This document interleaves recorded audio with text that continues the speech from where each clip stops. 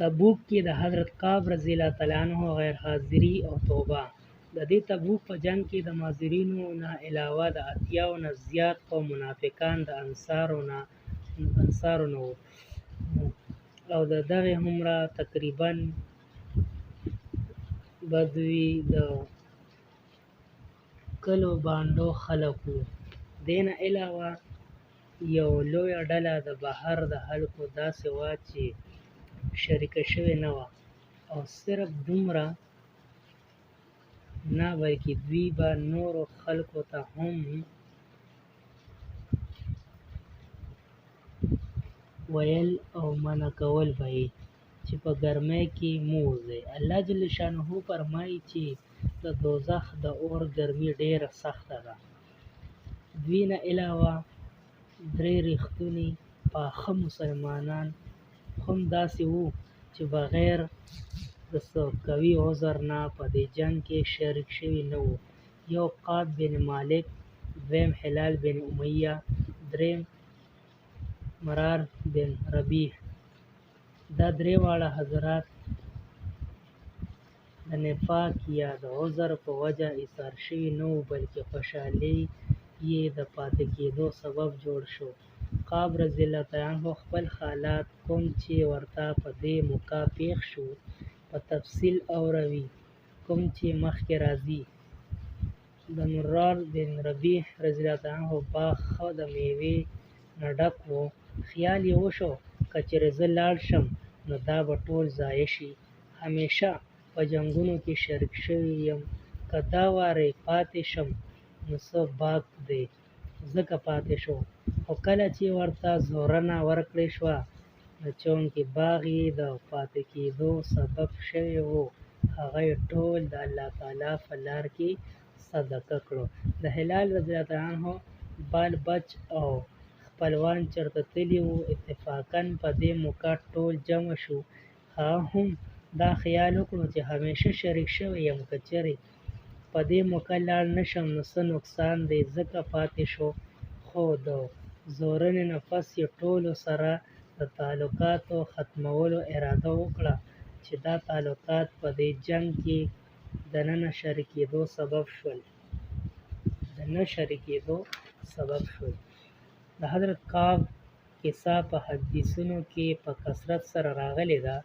هغه خپل حالات ډېر په تفصیل سره اوروي. فرمایي چې زه د تبوک نه لومړی هېڅ یو جنګ کې دومره قوي او مالداره نه وم څومره چې د تبوک په وخت کې وم. دغه وخت ما سره خپلې ذاتي 2 اوښې وې.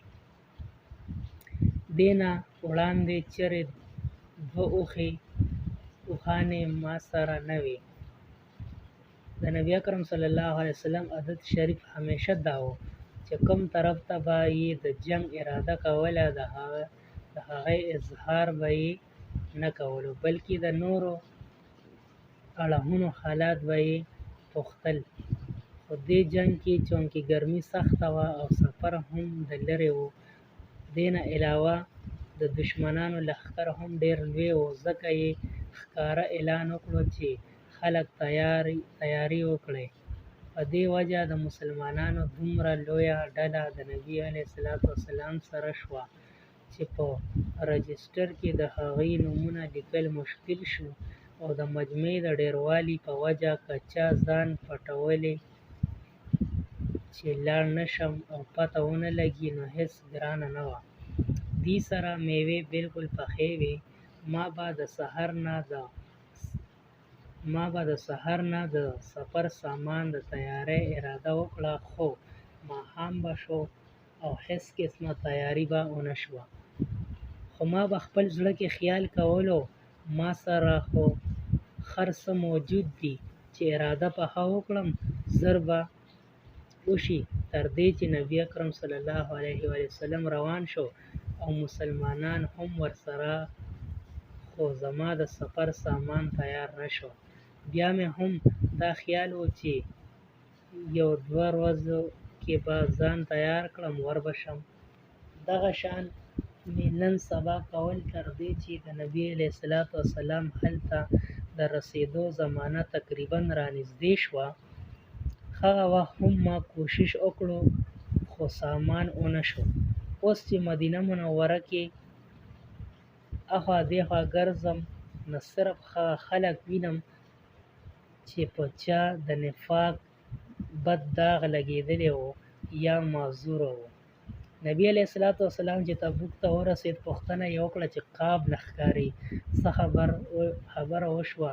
یو صاحب ووی ای د الله رسوله، هغه د خپل مال او د جمال مستی ایثار کړو. حضرت معاذ رضی الله تعالی عنه ووی چې غلطه دې ووی، مونږ ته چې څومره معلومه ده هغه ښه سړی دی. خو نبي علیه الصلاۃ والسلام بیخي خاموشي وفرمایله، هېڅ یې ونه وی، تر دې چې په څو ورځو کې ما د واپسۍ خبر واورېد نو ډېر غمجن شوم او ډېر فکرمند شوم. په زړه کې مې د دروغو عذرونه راتلل چې دغه وخت به په څه فرضي عذر د نبي علیه الصلاۃ والسلام د غصې نه ځان بچ کړم. بیا به څه وخت د معافۍ درخواست وکړم او په دې باره کې مې د خپلې کورنۍ خر پوهه سړي سره مشوره کوله. خو چې کله راته معلومه شوه چې نبي علیه الصلاۃ والسلام تشریف راوړو نو زما زړه فیصله وکړه چې رښتیاو نه بغیر هېڅ څیز خلاصې نه ورکوي، او ما د رښتیا عرض کولو په ښه اراده وکړه. د نبي علیه الصلاۃ والسلام عادت شریف دا و چې کله به یې د سفر نه تشریف راوړو نو اول به یې جومات ته تشریف یوړو او 2 رکعته تحیات المساجد لمونځ به یې وکړو او هلته به یې لږ ساعت تشریف کېښودو چې خلکو سره ملاقات وکړي. دغسې د معمول مطابق نبي علیه الصلاۃ والسلام تشریف فرما شو او منافقان به راتلل او د دروغو عذرونه به یې کول او قسمونه به یې خوړل. نبي اکرم صلی الله علیه و آله وسلم به د هغوی ظاهري خال قبلو او پټ خال به یې الله تعالی ته سپارلو. په دې کې زه هم حاضر شوم، سلام مې وکړو. نبي علیه الصلاۃ والسلام د ناراستیا په انداز کې مسکی شو او عرض یې وکړو، یعنې مخ یې واړولو. ما عرض وکړو ای د الله رسوله، ای د الله نبي صلی الله علیه و آله وسلم، تاسو عرض وفرمایه په الله تعالی مې د قسم وي، نه زه منافق یم نه زما په ایمان کې څه شک دی. ارشاد یې وفرمایه دې خوا راشه. زه ورنږدې شوم، کېناستم. نبي علیه الصلاۃ والسلام وفرمایل ته څه څیز ایثار کړی؟ آیا تا اوښانې په بیه نه وې اخیستې؟ ما عرض وکړو ای د الله رسوله، که چېرې زه چا دنیا دار سره دا وخت وې نو ما ته دا یقین دی چې ما به د هغې د قهر غصې نه په مناسب عذر ځان خلاص کړی وی چې ما ته د خبرو کولو طریقه الله تعالی راکړې ده. خو تاسو په باره کې ما ته معلومه ده، که چېرې نن په دروغو تاسو راضي کړم نو نږدې ده چې الله جل شانه به ما نه ناراضه شي، او که چېرې تاسو ته صفا عرض وکړم نو تاسو به غوسه شئ. خو نږدې ده چې د الله تعالی پاک ذات به ستاسو خفګان لرې کړي، ځکه رښتیا عرض کوم چې والله ما ته هېڅ عذر نه و، او څومره فارغ او شتمن چې زه په دې زمانه کې وم، هېڅ زمانه کې د دې نه وړاندې نه وم شوی. نبي علیه الصلاۃ والسلام ارشاد وفرمایه چې ته رښتیا ووایې. بیا یې وفرمایل ښه پاسه، ستا فیصله به الله جل شانه کوي. زه د هغې ځای نه پاڅېدم نو زما د قوم ډېرو خلکو زه ملامته کړم چې تا د دې نه وړاندې څه ګناه نه وه کړې. که چېرې تا عذر کړی وي نو نبي علیه الصلاۃ والسلام ته دې د استغفار بهانې درخواست کړی وي نو د نبي علیه الصلاۃ والسلام استغفار به ستا دپاره کافي شوي وو. ما د هغې نه تپوس وکړو چې څوک بل هم داسې کس شته چې هغه سره دا معامله شوې وي. خلکو وویل چې 2 کسانو نورو سره هم داسې معامله شوې ده چې هغوی هم داسې خبرې وکړې چې کومې تا وکړې، او دغسې جواب هغوی ته ورکړی شو چې کوم تا ته درکړی شو. یو هلال بن امیه، دویم مرار بن ربیع رضی الله تعالی عنه. ما ولیدل چې 2 نیکان کسان چې دواړه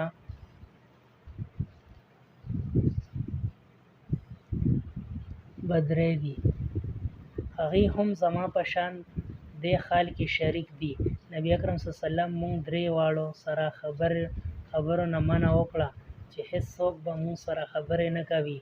دا قاعده خبره ده چې غصه په هغه چا راځي چا سره چې تعلق وي.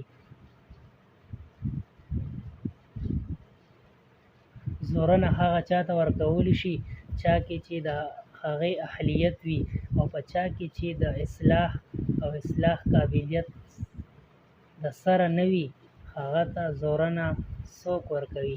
کعب رضی الله تعالی عنه فرمایي چې ما د نبي علیه السلام په منع کولو خلکو مونږ سره خبرې پرېښودې او مونږ نه یې ډډه کوله، گویا زموږ دنیا بدله شوه، تر دې چې ځمکې سره د خپلې پراخۍ په مونږه څنګه معلومه شوه. ټول خلک پردي شو، در او دیوار ناشنا شو. ما سره د ټولو نه زیات د دې فکر و که زه په دې حال کې مړ شم نو نبي علیه السلام به مې جنازې مونځ هم نه کوي، او الله مکړه که د نبي علیه السلام وفات وشو نو همیشه دپاره به دغسې پاتې شم چې نه به را سره څوک خبرې کوي، نه به را باندې د جنازې مونځ کوي. ولې چې د نبي علیه السلام د ارشاد نه خلاف څوک کولی شي. عرض مونږ 50 ورځې په دې حال کې تېرې کړې. زما 2 ملګري خو د شروع نه په کورونو کې پټ ناست وو. زه په ټولو کې قوي وم، ګرځېدم به، بازار ته به تلم، مانځه کې به شریکېدم، خو ما سره به چا خبرې نه کولې. د نبي علیه السلام مجلس کې ته به لاړم، سلام به مې وکړو او ډېر په فکر به مې خیال کولو چې نبي علیه السلام شونډې مبارکې د جواب دپاره وخوځېدې او که نه. مانځه نه پس به د نبي علیه السلام نږدې ودرېدم، مونځ به مې پوره کولو او پټ به مې ورته کتل چې نبي علیه السلام ما ته ګوري که نه. کله چې به زه مانځه کې مشغول شوم نو نبي علیه السلام به ما ته کتل، او کله چې به زه هغه ته متوجه شوم نو نبي علیه السلام به مخ واړاو او زما نه به یې عرض وفرمایو. عرض دغسې حالت تېرېدو او د مسلمانانو خبرې اترې بندېدل په ما باندې ډېر بوج شو. نو زه د ابو قتاده رضی الله تعالی عنه په دیوال باندې وختلم. هغه زما په رشته کې د تره زوی و او ما سره یې تعلقات هم ډېر زیات وو. زه پورته وختلم، سلام مې وکړو، هغه د سلام جواب را نه کړو. ما هغه ته قسم ورکړو او تپوس مې ترې وکړو چې آیا تا ته معلومه نه ده چې زما د الله تعالی او د هغه د رسول صلی الله علیه وسلم سره محبت دی؟ هغه د دې جواب هم را نه کړو. ما دوباره قسم ورکړو او پوښتنه مې ترې وکړه. هغه بیا هم چوپ پاتې شو. ما درېیم وارې بیا قسم ورکړو او تپوس ترې وکړو. هغه وویل الله تعالی او د هغه رسول صلی الله علیه وسلم ښه پوهېږي. دا خبره مې واورېده نو زما د سترګو نه اوښکې روانې شوې او د هغه ځای نه واپس راغلم. په دې دوران کې زه یو وارې د مدینې په بازار کې تېرېدم چې یو قبطي چې عیسایي و او د شام ملک نه د مدینې منورې ته خپله غله خرڅولو دپاره راغلی و. دا مې ترې واورېدل چې څوک راته د کعب بن مالک پته وښایي. خلکو ورته زما طرف ته اشاره وکړه. هغه ما ته راغی او د حسان کافر بادشاه خط یې ماله راکړو، په هغې کې یې لیکلي وو موږ ته معلومه شوه چې ستا اکا په تا باندې ظلم کړی دی، ته دې الله د ذلت په ځای ونه ساتې او نه دې ضایع کړي، ته زما خواته راشه موږ به ستا مدد وکړو. د دنیا قاعده ده چې د مشر له طرفه کشرانو ته تنبیه زورنه د ادب دپاره کېږي، نو د هغه لمسونکي نور د هغه د ضایع کولو کوشش کوي او خیرخوا یې جوړ شي. د دې قسمه الفاظو سره یې نور اوچتوي. کعب رضی الله تعالی عنه فرمایي ما دا خط ولوست، انا لله مې ووی چې زما حالت دې پورې ورسېد چې کافران هم زما نه تمه کوي.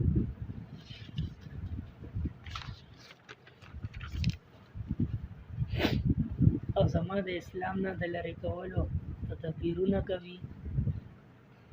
دا یو بل مصیبت راغی او هغه خط مې په یو تنور کې وسوځاوه او لاړم نبي علیه الصلاۃ والسلام ته مې عرض وکړو چې ای د الله رسوله صلی الله علیه وسلم ستاسو د عرض له وجې زما دا حالت شو چې کافر په ما کې تمه کوي. په دې حالت کې 40 ورځې په موږ تېرې شوې وې چې د نبي علیه الصلاۃ والسلام قاصد ما ته د نبي علیه الصلاۃ والسلام د ارشاد راوړو چې خپله ښځه هم پرېږده.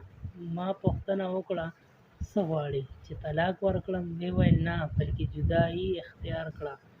او زما دواړه ملګرو ته هم د دې قاصد په واسطه دا حکم ورسولی شو. ما خپلې ښځې ته وویل چې ته خپلې پلارګنۍ کره لاړه شه تر هغه چې الله تعالی د دې معاملې فیصله وکړي، هلته اوسه. د هلال بن امیه رضی الله تعالی عنه ښځه د نبي علیه الصلاۃ والسلام خدمت کې حاضره شوه او عرض یې وکړو چې هلال بیخي بوډا سړی دی، که څوک خبر اخیستونکی یې نه وي نو مړ به شي. که تاسو اجازت کوئ او ستاسو په طبیعت ګراني نه وي نو زه به د هغه څه کار خدمت کومه.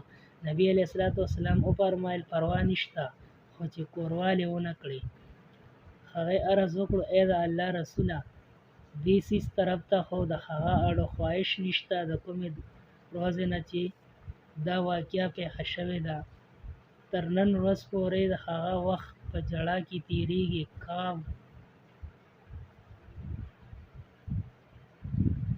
کعب رضی الله عنه فرمایي چې ما ته هم وویل شو چې د هلال په شان ته هم که د ښځې د خدمت اجازت واخلې نو کېدای شي چې درکړی شي. ما وویل هغه بوډا دی، زه ځوان یم، نه ده معلومه ما ته به څه جواب راکوي ځکه زړورتیا نه کوم. عرض په دې حال کې 10 ورځې نورې تېرې شوې چې موږ سره خبرې اترې ګډون پرېښودل شوی و. پوره 50 ورځې تېرې شوې. 50مه ورځ د سحر لمونځ مې د خپل کور په چت وکړو او ډېر غمجن ناست وم. ځمکه په ما بیخي تنګه وه او ژوند مې په تکلیف کې و چې ناڅاپه د صلیح غر د څوکې نه یو چغه ویستونکي په زوره اواز وکړو چې کعبه تا ته دې خوشخبري وي. ما دومره واورېدل او په سجده کې پرېوتم او د ډېرې خوشحالۍ نه به ژړا شوم او پوه شوم چې تنګي لرې شوه. نبي اکرم صلی الله علیه وسلم د سحر لمانځه نه پس زموږ د معافۍ اعلان وفرمایه چې په دې یو سړي په غر وختلو. په زوره یې اواز ورکړو چې هغه اواز د ټولو نه لومړی راورسېد. دې نه پس یو صاحب په اس باندې سور په منډه راغی. ما چې کومې جامې اغوستې وې هغه مې وویستلې او زیري ورکوونکي ته مې ورکړې. په الله تعالی مې دې قسم وي دې 2 جامو نه سوا نور هېڅ جامه دغه وخت زما په ملکیت کې نه وه. دې نه پس ما 2 جامې چاته وغوښتې وامې غوستې او نبي علیه السلام خدمت کې حاضر شوم. دارنګې زما 2 ملګرو ته هم خلکو زیري یوړو. کله چې مسجد نبوي ته حاضر شوم نو کوم خلک چې د نبي علیه السلام په خدمت کې حاضر وو ماته مبارکي راکولو دپاره یې رامنډه کړه او د ټولو نه لومړی ابوطلحه رضی الله تعالی عنه رامخکې شو، مبارکي یې راکړه او لاس یې راسره میلاو کړو چې همیشه به مې یاد وي. زه د نبي علیه السلام دربار ته لاړم، سلام مې وکړ نو مخ مبارک یې خوشحاله خندان و او د خوشحالۍ رڼا یې د مخ نه ښکاره کېدله. د نبي اکرم صلی الله علیه وسلم مخ مبارک به د خوشحالۍ په وخت د سپوږمۍ په شان ځلېدو. ما عرض وکړو چې ای د الله رسوله، زما د توبې پوروالي دا دی چې زما څومره جایداد دی هغه ټول د الله تعالی په لار کې صدقه دی چې د مالدارۍ د دې مصیبت سبب جوړ شوی و. نبي علیه السلام وفرمایل چې په دې کې به درته تمسیه وشي، څه خپل ځان څخه هم وساته. ما عرض وکړو چې ښه ده، د خیبر حصه دې پرېښودی شي. ما ته رښتیا ویلو خلاصې راکړو. په دې وجه ما لوز وکړو چې همیشه به رښتیا وایم. پیدا کې لیکي دا د صحابه کرامو رضی الله تعالی عنهم د اطاعت او دیندارۍ د الله تعالی نه د یرې نمونه چې همیشه به په جنګ کې د حضرات شریک وو. یو وارې په غیر حاضرۍ څه زورنې ورته وشوې او هغه یې په څومره فرمانبردارۍ سره برداشت کړې چې 50 ورځې یې په ژړا کې تېرې کړې او د کوم مال په وجه چې دا واقعه پیښه شوې وه هغه یې هم صدقه کړه او کافرانو تمه ورکړه. نو په ځای د غوسې تېزېدو نور زیات پښیمانه شو او دا یې هم د الله تعالی زورنه او د نبي علیه السلام د ناراستیا وجه وګڼله چې زما د دین کمزورتیا د دې درجې ته ورسېده چې کافرانو ته د دې تمه وشوه چې هغې ما بېدینه کړي. موږ خلک هم مسلمانان یو، د الله تعالی او د هغه د پاک رسول صلی الله علیه وسلم ارشادات هم زموږ مخکې دي. د لوی نه لوی حکم د مانځه واخله چې د ایمان نه پس د دې برابر هیڅ یو څیز نشته. څومره مسلمانان دي چې دا حکم پوره کوي او څوک یې چې کوي هغه هم څنګه کوي. دې نه پس د زکات او د حج به څه تپوس کوي چې په دې کې خو مال هم خرج